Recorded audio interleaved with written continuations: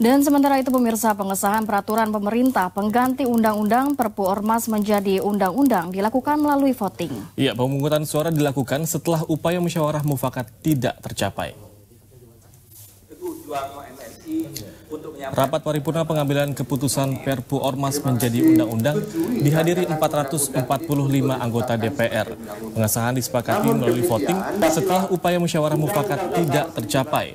Wakil Ketua DPR Fadlizon yang memimpin rapat mengatakan ada 314 anggota DPR yang menyetujui Perpu Ormas menjadi undang-undang.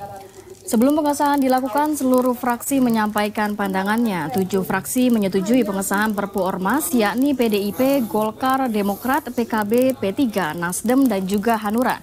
Namun fraksi Demokrat, PKB, dan P3 meminta pemerintah melakukan revisi sejumlah pasal dalam Perpu usai pengesahan dilakukan.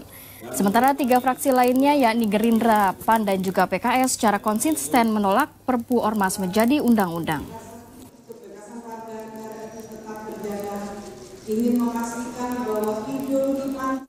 Ya, sementara itu pemirsa, di luar ruang sidang, ratusan orang dari beberapa ormas Islam berunjuk rasa di depan gedung DPR RI. Masa menolak disahkannya Perpu Ormas menjadi undang-undang karena dinilai dapat mengebiri demokrasi.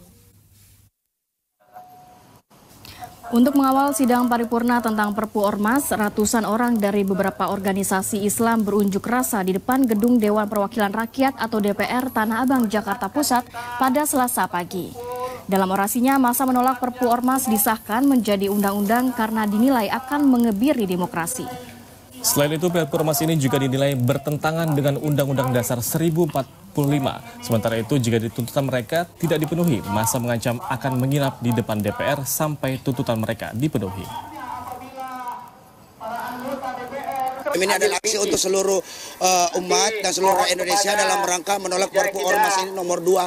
Karena jelas-jelas Perpu nomor 2 ini bertentangan dengan undang-undang yang berlaku. Juga mengkerdilkan demokrasi di Indonesia. Ketiga, mengkebiri hak-hak berserikat dan berkumpul bagi rakyat Indonesia. Jadi ini bukan sekedar memperjuangkan membela umat Islam, tetapi membela seluruh kepentingan rakyat Indonesia.